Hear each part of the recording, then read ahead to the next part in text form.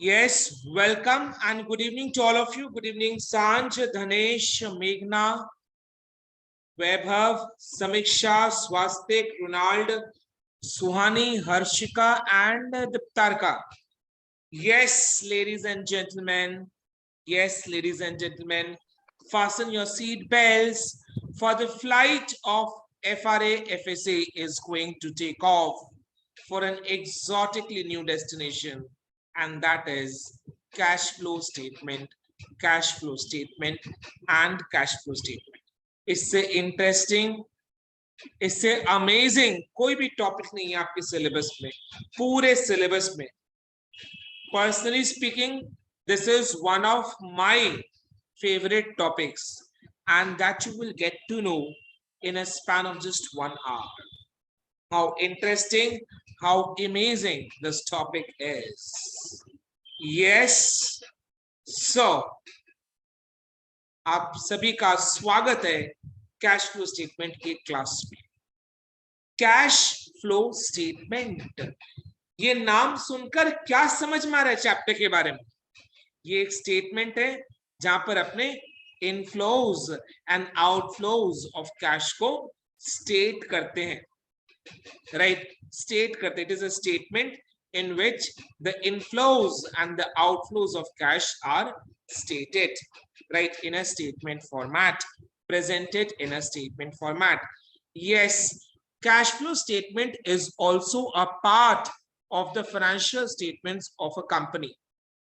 Financial statements of a company बोले तो statement of profit and loss, balance sheet, statement of profit or loss and balance sheet के अलावा company को, हर एक company को cash flow statement भी बनाना होता है.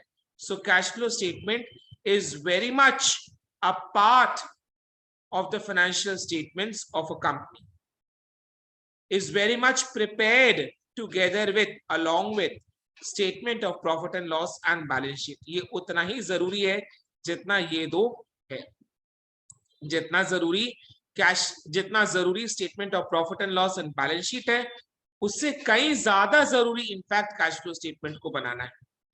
सर कैश फ्लो स्टेटमेंट को इतना इंपॉर्टेंस, इतना इज्जत, इतना मान, इतना सम्मान क्यों है? क्यों इसका इतना इंपॉर्टेंस, रेलेवेंस है? बोल सकते हैं क्यों है? सर जब statement of profit and loss बना ही रहे तो अलग से इसके अलावा कैश फ्लो स्टेटमेंट भी क्यों बनाने बोला गया है? इसका इतना इंपॉर्टेंस, सिग्निफिकेंस क्यों है? बिकॉज कैश में हमको यकीन होता है, प्रॉफिट में हमें यकीन नहीं होता. सर कैश में हमें यकीन क्यों होता है, प्रॉफिट में यकीन क्यों नहीं होता? कैश में यकीन ऐसे इसीलिए हो सकता है बिकॉज कैश को अपने वेरीफाई कर सकते हैं, कैश काउंट करके, बैंक स्टेटमेंट को चेक करके. सो कैश फ्लो स्टेटमेंट में जितना अमाउंट ऑफ कैश बताया हुआ है उतना अमाउंट ऑफ कैश को अपने वेरीफाई कर सकते हैं.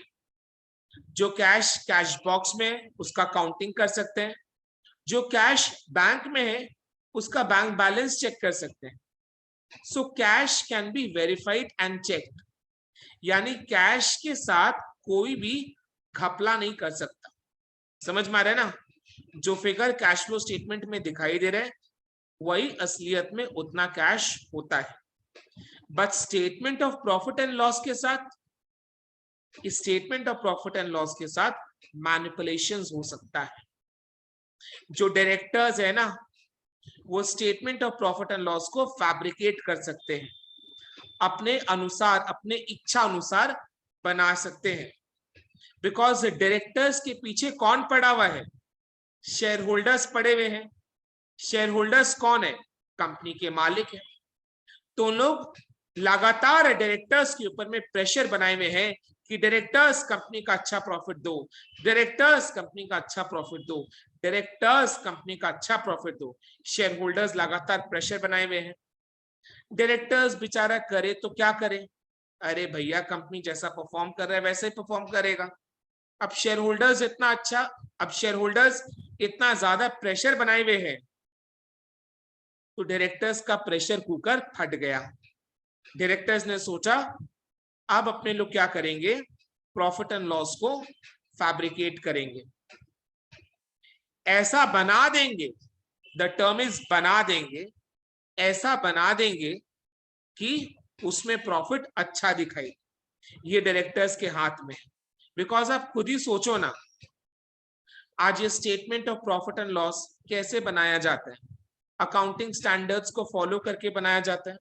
अकाउंटिंग स्टैंडर्ड्स को अपने हिसाब से तोड़ मरोड़ कर फॉलो कर सकते हैं। जैसे फॉर एग्जांपल डेप्रिसिएशन, सिंपल सा एग्जाम्पल डेप्रिसिएशन। डेप्रिसिएशन क्या कर सकते हैं अपने, सपोज डेप्रिसिएशन कैलकुलेट करने का दो मेथड है, एक है स्ट्रेट लाइन मेथड, दूसरा है written down value method. Suppose straight line method में डेप्रिसिएशन ज्यादा आ रहा है, रिटन डाउन वैल्यू में डेप्रिसिएशन कमती आ रहा है। डायरेक्टर्स को अगर प्रॉफिट बढ़ाना होगा तो written down value method use करेगा, बिकॉज स्ट्रेट लाइन मेथड में तो डेप्रिसिएशन ज्यादा आता है, एसएलएम मेथड में तो डेप्रिसिएशन ज्यादा आएगा।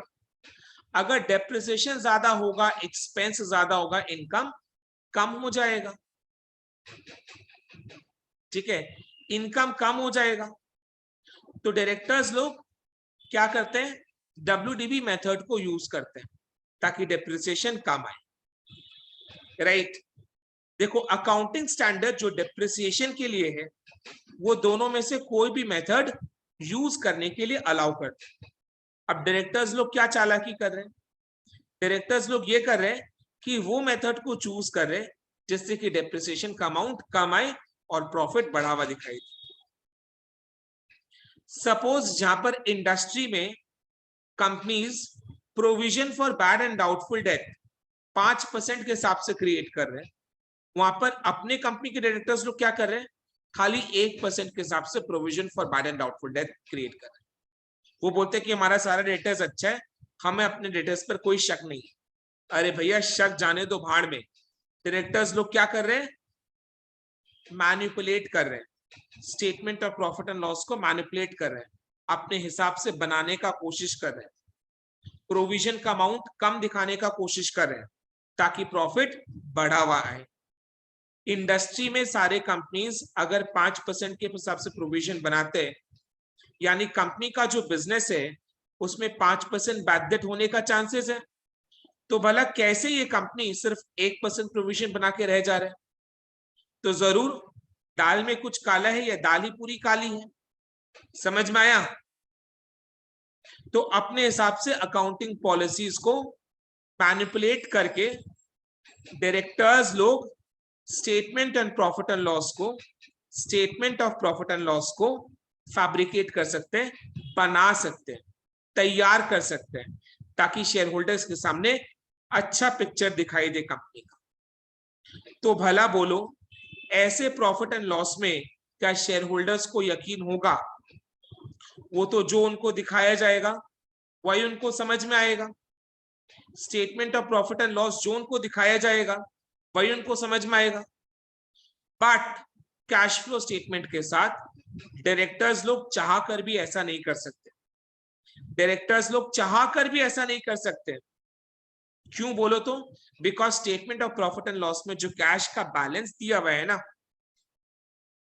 जो कैश का बैलेंस दिया हुआ है उसके साथ डायरेक्टर्स लोग अपने मन अनुसार छेड़छाड़ नहीं कर सकते। बिकॉज कैश का बैलेंस अगर 1 लाख है तो 1 लाख होना चाहिए, या तो बैंक में या कैश बॉक्स में, जिसको अपने वेरीफाई कर सकते हैं। तो कैश के साथ डायरेक्टर्स लोग चाह कर भी किसी भी तरीके से मैनिपुलेशंस नहीं कर सकते। इसीलिए तो लोग कहते हैं cash is real, profit is perception. Cash हमें सब चीज का सही पिक्चर बताता है, बट प्रॉफिट परसेप्शन है। प्रॉफिट जो हमें दिखाया जाता है हम वही समझते हैं, असलियत हमें नहीं पता। जैसे फॉर एग्जाम्पल प्रॉफिट में एकदम भी यकीन नहीं होता। सर एकदम भी क्यों नहीं यकीन होता? प्रॉफिट में यकीन क्यों नहीं होता? बिकॉज क्या होता है ना, मैं आपको सिचुएशन बताता हूं। सपोज एक कंपनी है जिसने जिसने 100 लाख का सेल किया है, 100 लाख का सेल उधार में सेल किया है, क्रेडिट में सेल किया है। कंपनी ए का जो डेटर्स है वो टाइम टू टाइम पेमेंट नहीं करता, टाइम से पेमेंट नहीं करता, देर से पेमेंट करता है, या पेमेंट बहुत सारे डेटर्स धोखा भी दे देते हैं। सो कंपनी ए दुनिया के हिसाब से कहने को तो 100 लाख का सेल कर रहा है, कंपनी ए रिकॉर्ड्स के हिसाब से 100 लाख का सेल कर रहा है, बिकॉज 100 लाख का क्रेडिट सेल रिकॉर्ड्स में, बुक्स ऑफ अकाउंट्स में दिखाई दे रहा है। बट कंपनी ए का क्या कैश पोजीशन अच्छा होगा? Answer is no, because company A के पास वो सारे डेटर्स है जिन लोग थोड़े ढीले हैं पेमेंट को लेकर। कंपनी ए ने कहने को तो 100 लाख का सेल कर दिया, क्रेडिट में सेल किया, और बिना देखे डायरेक्टर्स को सेल किया, डायरेक्टर्स को बिना देखे उनको सेल किया, यानी कोई भी डायरेक्टर्स का सिलेक्शन नहीं किया, जो आया उसको उधार में सेल कर दिया। तो कहने को तो सेल बड़ा अमाउंट का है, बट ये सेल बेकार का सेल है, बिकॉज जिस डेटर्स को कंपनी ने सेल किया है वो डेटर्स कंपनी को पे नहीं कर रहे हैं, बहुत समय से आउटस्टैंडिंग चल रहा है। तो कहने को तो सेल 100 लाख का है, बट क्या इस कंपनी का कैश पोजीशन अच्छा होगा? Answer is no. आई बात समझ में? Y for yes and for no सभी की तरफ से चैट बॉक्स में। सो आपने ये समझे कि cash is real, cash is real, profit is perception. Cash में ज्यादा यकीन होता है, प्रॉफिट में कम यकीन होता है।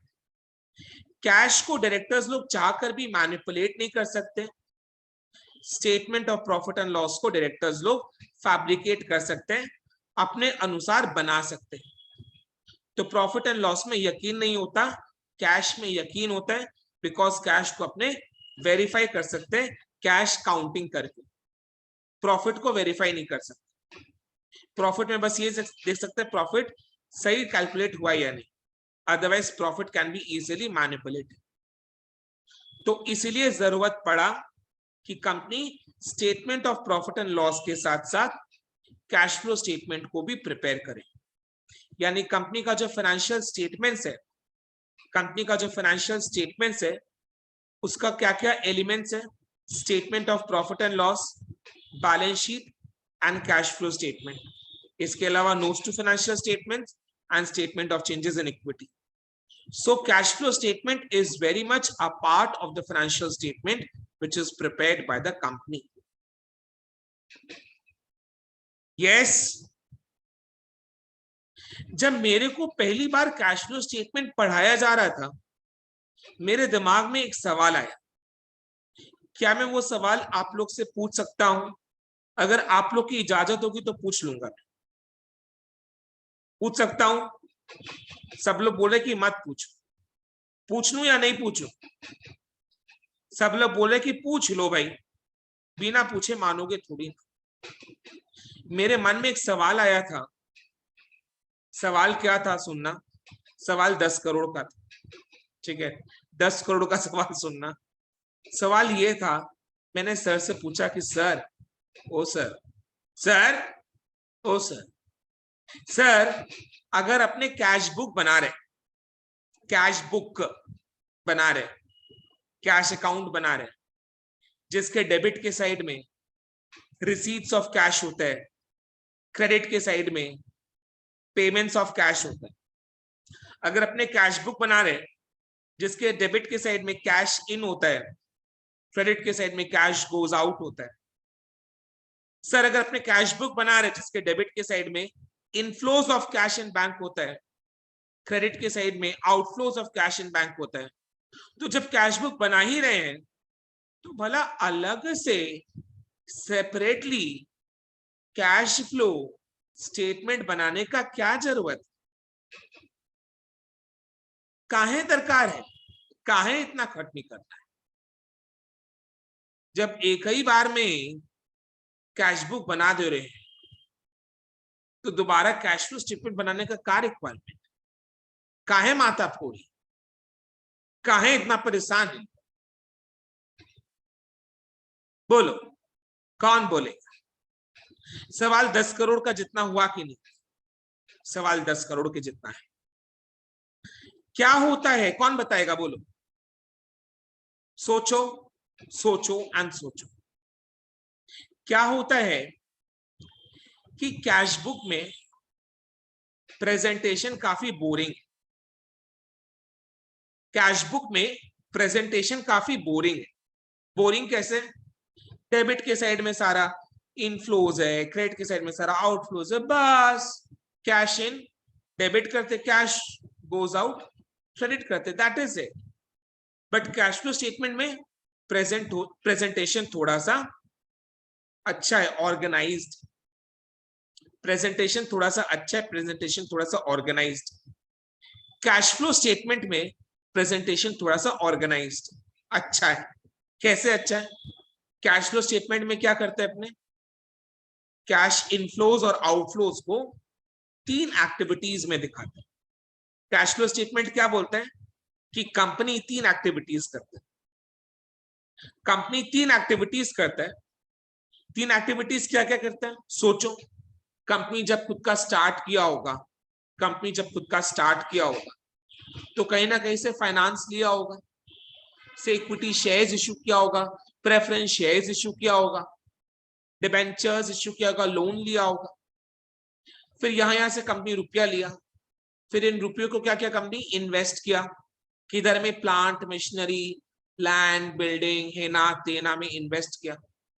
इन्वेस्ट करके कंपनी का प्लांट चालू हुआ, company started operations in the plant, production and sale. तो कंपनी बेसिकली 3 एक्टिविटीज करता है। एक है फाइनेंसिंग एक्टिविटी, जहां से कंपनी फाइनेंस लेता है। दूसरा इन्वेस्टमेंट एक्टिविटी, जिधर कंपनी इन्वेस्ट करता है। तीसरा ऑपरेटिंग एक्टिविटी, जो कंपनी का मेन ऑपरेशंस होता है। कैश फ्लो स्टेटमेंट क्या करता है? वो कैश इनफ्लोज एंड आउटफ्लोज को इन 3 एक्टिविटीज में क्लासिफाई करके देता है। कैश फ्लो स्टेटमेंट हमें यह बताता है फाइनेंसिंग एक्टिविटी से कितना कैश इनफ्लो आउटफ्लो है, इन्वेस्टिंग एक्टिविटी से कैश आउटफ्लो इनफ्लो कितना है, ऑपरेटिंग एक्टिविटीज जो कि कंपनी का मेन एक्टिविटीज है उससे आउटफ्लो इनफ्लो कितना है। ये 3 एक्टिविटीज में कैटेगराइज करके मेरे को कैश इनफ्लोज एंड आउटफ्लोज बताता है cash flow statement. So cash flow statement का जो प्रेजेंटेशन स्टाइल है ना, वो थोड़ा सा इंटरेस्टिंग, थोड़ा सा ऑर्गेनाइज्ड है, थोड़ा सा बेटर है, बेस्ट है। बट कैश बुक का प्रेजेंटेशन ना बना, एकदम सीधा साधा प्रेजेंटेशन।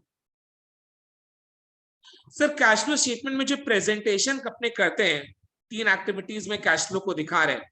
3 एक्टिविटीज क्या है? Operating, investing and financing. I am counting 5।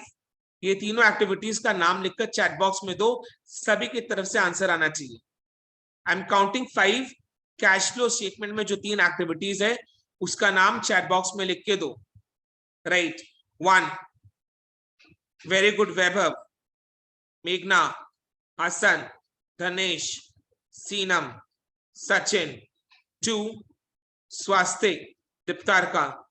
3, still many to go. Yes, बाकी सब जन। Redmi Note 9, Tanushree, yes, Ronald, Sarvesh, very good. बाकी सब जन should participate. Yes, Sanj, very good. It is operating, investing and financing. ये 3 activities. Yes, ये 3 act. Very good, Swani. Operating, investing and financing. 3 activities. ठीक है sir, ये presentation का क्या फायदा हुआ? बहुत फायदा है, डिसीजन मेकिंग में बहुत हेल्प होता है, कंपनी को बेटर समझने में बहुत हेल्प होता है, कंपनी को और अच्छे से समझ सकते हैं। सपोज आपका अगर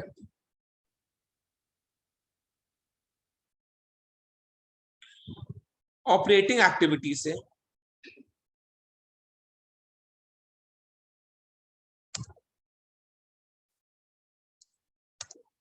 200 लाख का कैश इनफ्लो आ रहा है, 200 लाख का कैश इनफ्लो आ रहा है। इन्वेस्टिंग से 300 लाख का कैश इनफ्लो आ रहा है।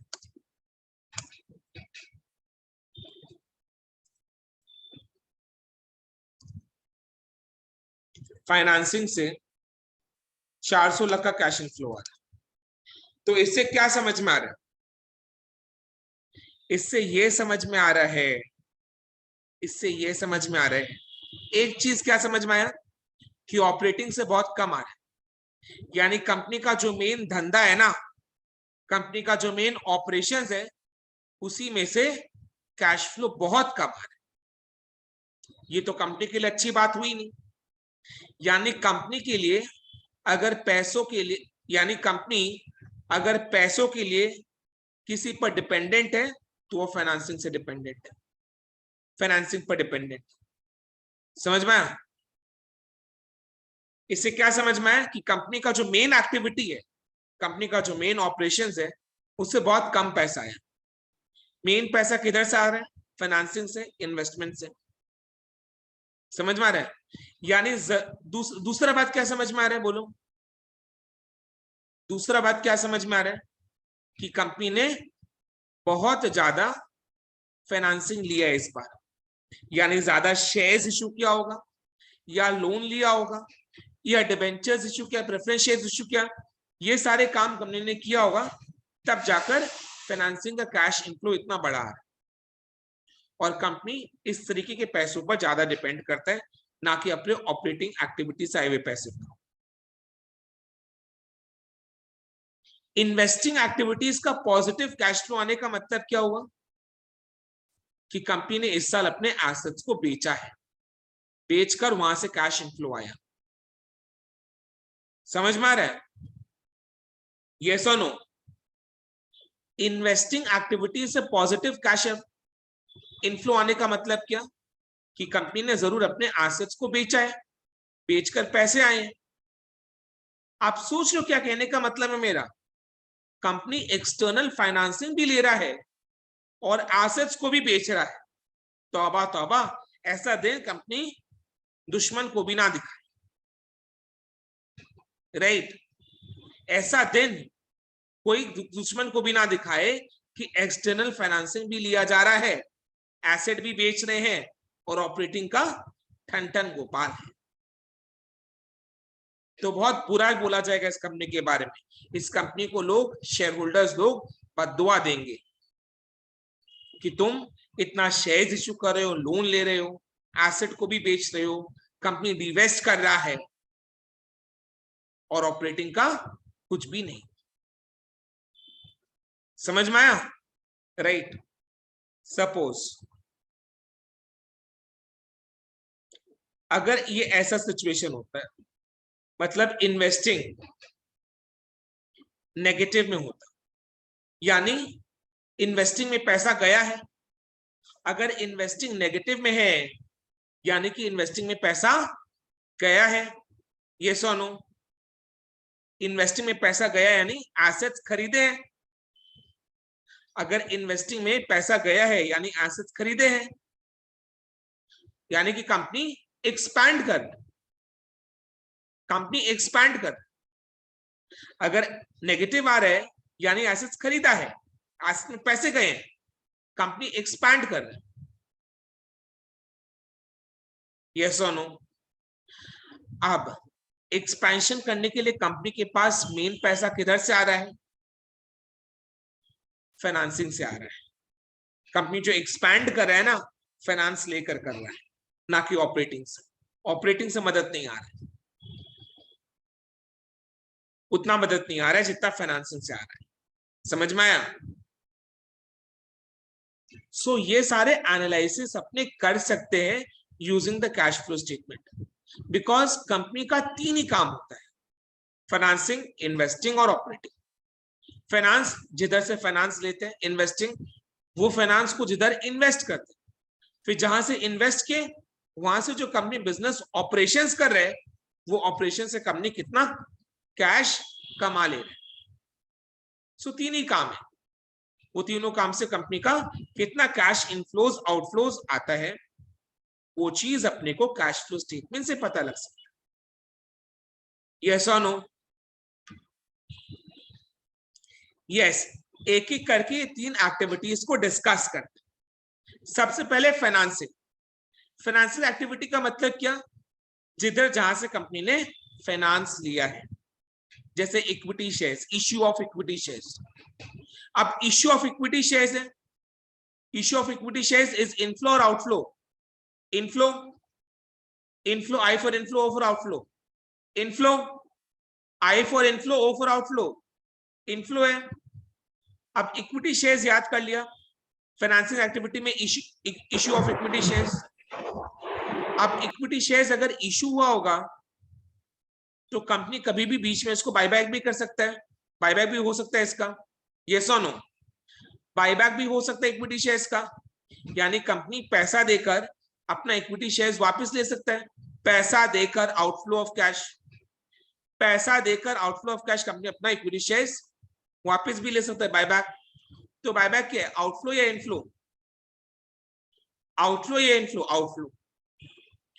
दूसरा, अब कंपनी इक्विटी शेयर जब इशू किया है तो डिविडेंड भी देता होगा, so dividend paid is also financing activity. So equity से रिलेटेड तीन चीज फाइनेंसिंग एक्टिविटीज में आएंगी। एक इश्यू ऑफ इक्विटी शेयर्स, दूसरा बायबैक ऑफ इक्विटी शेयर्स, तीसरा डिविडेंड पेड। पहला इश्यू ऑफ इक्विटी शेयर्स, दूसरा बायबैक ऑफ इक्विटी शेयर्स, तीसरा dividend paid.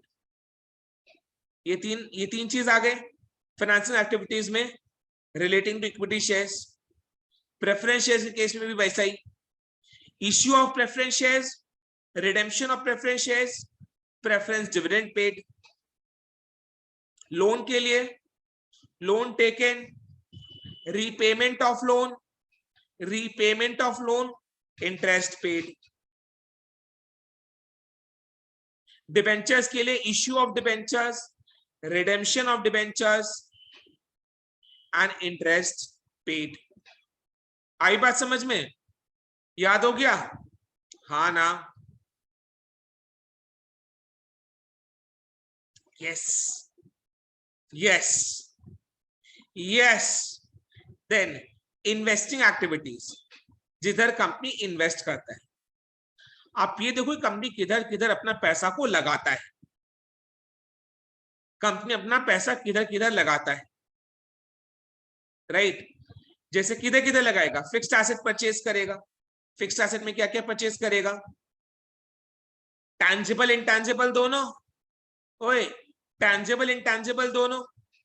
Purchase of all the tangible asset, purchase of all the intangible fixed asset, purchase of all the tangible fixed asset, purchase of all the intangible fixed asset, land, building, plant, machinery, furniture, fixtures, office equipment. intangible में goodwill, patent, trademark, copyright है ना तेना। so investing activities में क्या है? purchase of tangible fixed asset, purchase of intangible fixed asset। अगर इधर में purchase आया तो sale भी आएगा। sale of intangible fixed asset, sale of tangible fixed asset, sale of intangible fixed asset, sale of tangible fixed asset। आई बात समझ में? Yes, okay, yes. अगर कंपनी किसी और कंपनी के शेयर्स में इन्वेस्ट करता है तो वो तो आएगा ही।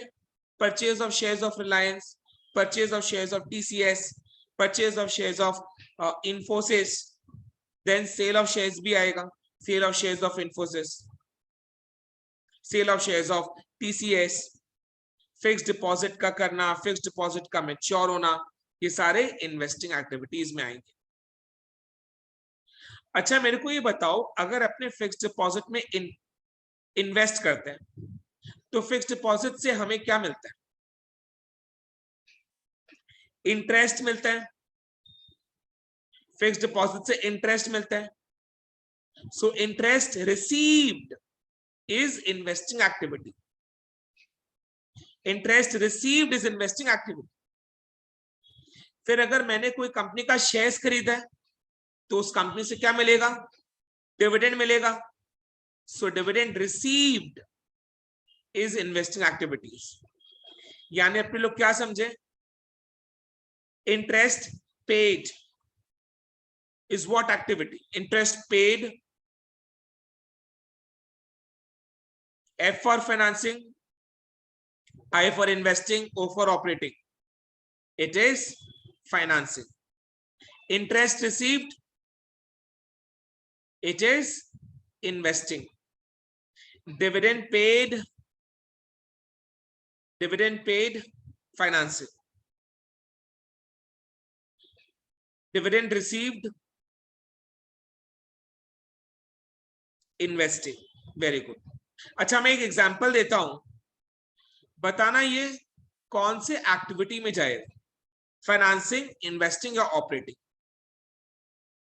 ऑपरेटिंग का मतलब क्या होता है, जो कंपनी का मेन ऑपरेशंस है, वहां से जो कैश इनफ्लोज आउटफ्लोज आ रहा है, ठीक है, वो अपने डिस्कस करेंगे, थोड़े देर में डिस्कस करेंगे।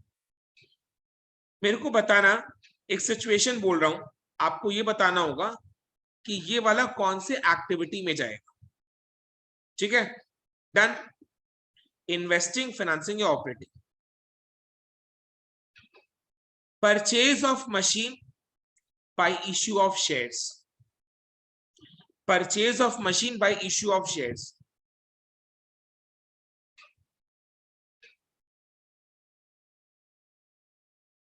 Purchase of machine bye issue of shares. आपने मशीन परचेज किया है, आपने मशीन परचेज किया, यस और नो? क्या इसके लिए आपने कैश दिया है? हैं? क्या इसके लिए आपने कैश दिया है? तो किसने आपको हक दिया ये ट्रांजैक्शन को कैश फ्लो स्टेटमेंट में लाने का? कहां से मिला आपको ये राइट? जब आपने कैश ही नहीं पे किया मशीन परचेज के लिए, तो भला ये ट्रांजैक्शन कैश फ्लो स्टेटमेंट में आएगा कैसे? आश्चर्य। आपने मशीन परचेज के बदले में क्या किया? शेयर्स इश्यू किया। अब बोलो, क्या शेयर्स इश्यू करके पैसे आए? क्या शेयर्स इश्यू करके पैसा आया? कैश आया? मशीन आया, कैश नहीं आया। मशीन आया, कैश नहीं आया। हाँ जी, मशीन आया, कैश नहीं आया। तो ये भला कैसे फाइनेंसिंग एक्टिविटी में जाएगा? कैश स्टेटमेंट भला कैसे जाएगा? It's a non cash item. Correct, दीप्तार का correct, it's a non cash item. आई बात समझ में? फटाफट दूसरा एग्जांपल में ले रहा हूं, bonus shares, issue of bonus shares. बोलो, ये कौन सी एक्टिविटी में जाएगा?